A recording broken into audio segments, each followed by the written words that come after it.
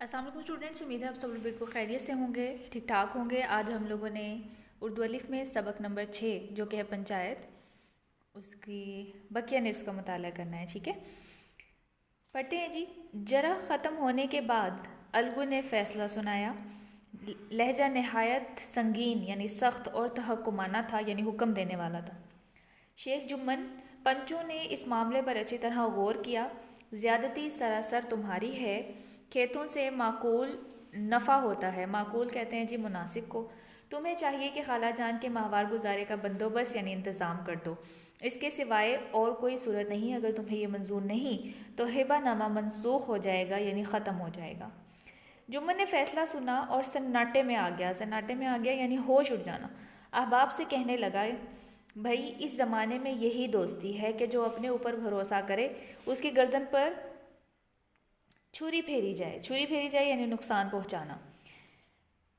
इस फैसले ने अलगू और जुम्मन की दोस्ती की जड़ें हिला दी। तनावर दरख्त हक का एक झोंका भी न सह सका। वो अब भी मिलते थे, मगर वो तीरों सपर की तरह। तीरों सपर होता है जी तीर और ढाल की तरह। दुश्मन के दिल से दोस्त की गद्दारी का ख्याल दूर न होता था। गद्दारी यानी धोखा और इंतकाम की ख्वाहिश चैन न लेने देती थी। खुशकिस्मती से मौका भी जल्द मिल गया। अलगू चौधरी पिछले साल मेले से बैलों की एक अच्छी गोइयां माल लाए थे। गोइयां होता है जी अच्छी किस्म का माल।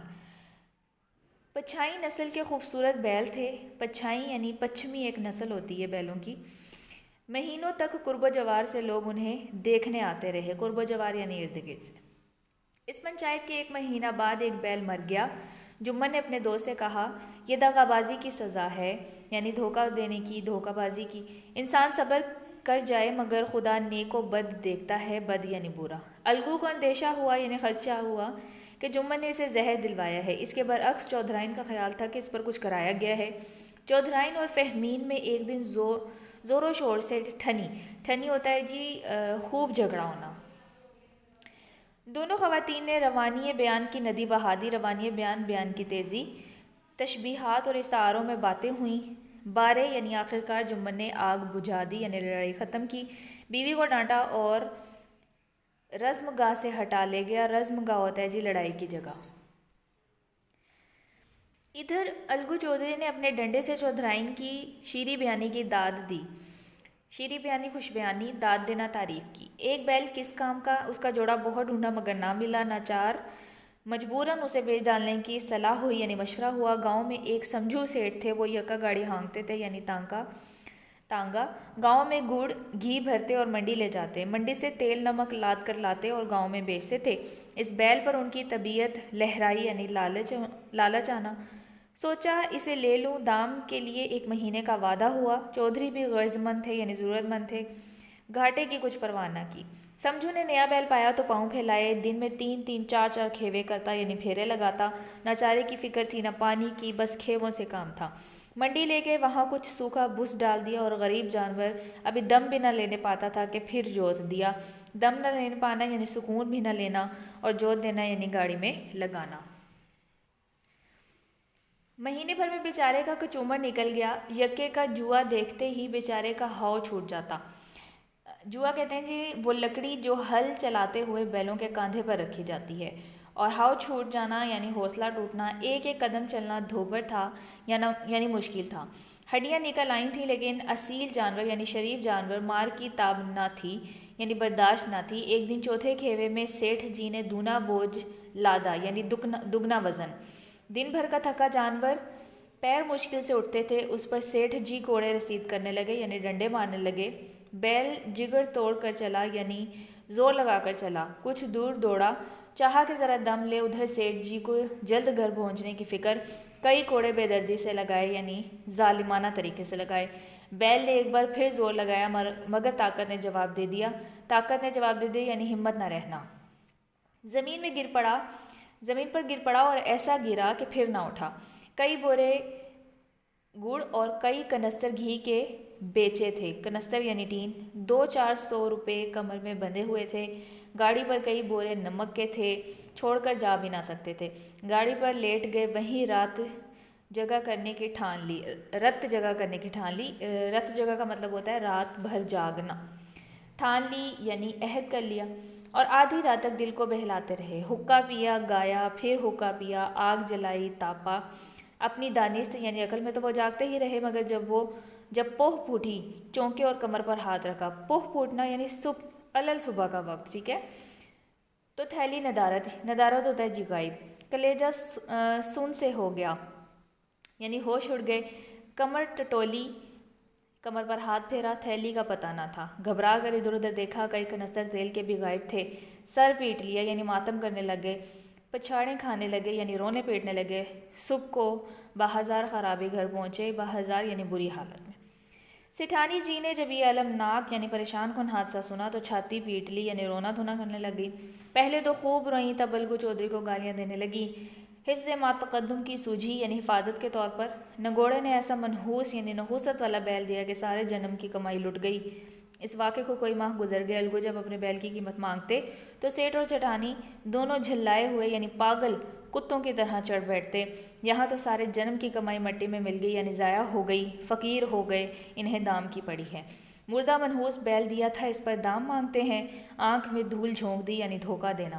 مرا ہوا بیل گلے باندھ دیا، صبر نہ ہوتا ہو تو ہمارا بیل کھول لے جاؤ، مہینے کے بدلے 2 مہینے جوت لو، اور کیا لوگے۔ اس فیاضانہ فیصلے کے قدردان حضرات کی بھی کمی نہ تھی، قدردان یعنی قدر کرنے والوں کی۔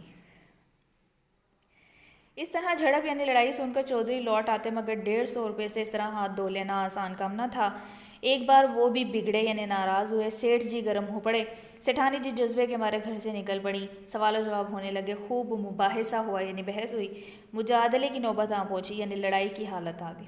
سیٹھ جی نے گھر میں گھس کر کواڑ بند کر لیے یعنی دروازے کے پٹ کو کواڑ کہتے ہیں۔ گاؤں کے کئی معزز آدمی جمع ہو گئے یعنی عزت دار لوگ۔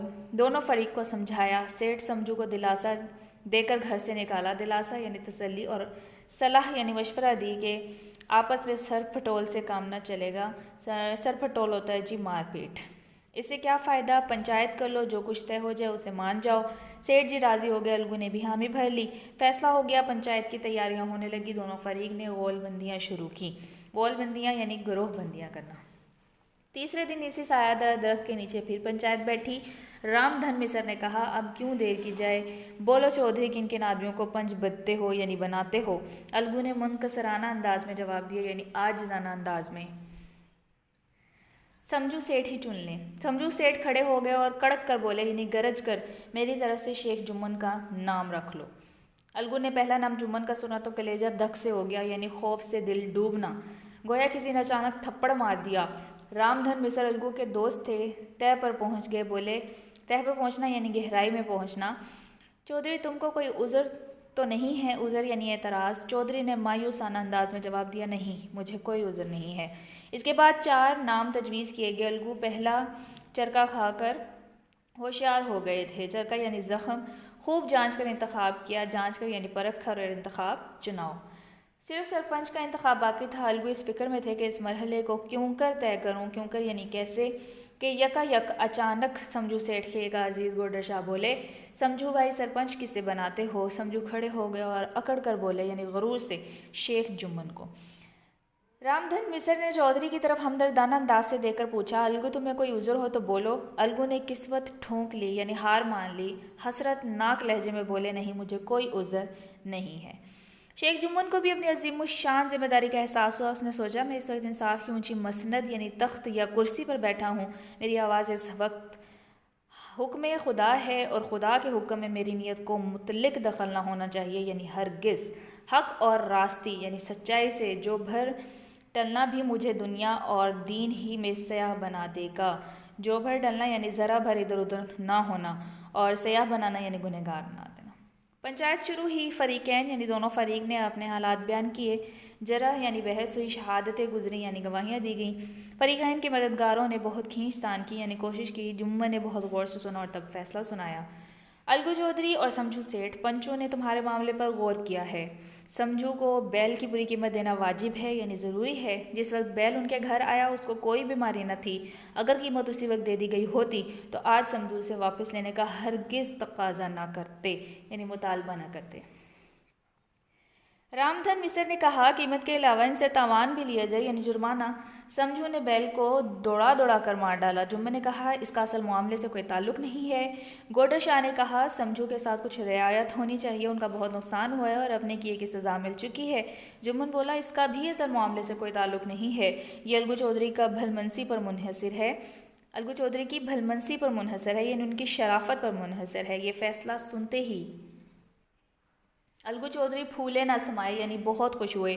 1 घंटे के बाद शेख जुम्मन अलगू के पास आया और उनके गले लिपट कर बोले, भैया जब से तुमने मेरी पंचायत की है मैं दिल से तुम्हारा दुश्मन था, मगर आज मुझे मालूम हुआ कि पंचायत की मसनद पर बैठकर ना कोई किसी का दोस्त होता है और ना दुश्मन, इंसाफ के सिवा और उसे कुछ नहीं सूझता।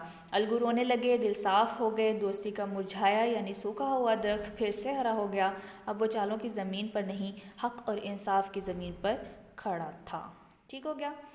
तो ये कहानी हमने बकिया निस पढ़ी है। इसके अल्फाज में जो अच्छे तरीके से ज़हन नशीं कर लीजिएगा और छोटी छोटी बातों को भी जहन में रखिएगा MCQs के लिए। आज के लिए इतना ही, इजाज़त दीजिए। अल्लाह हाफ़िज़।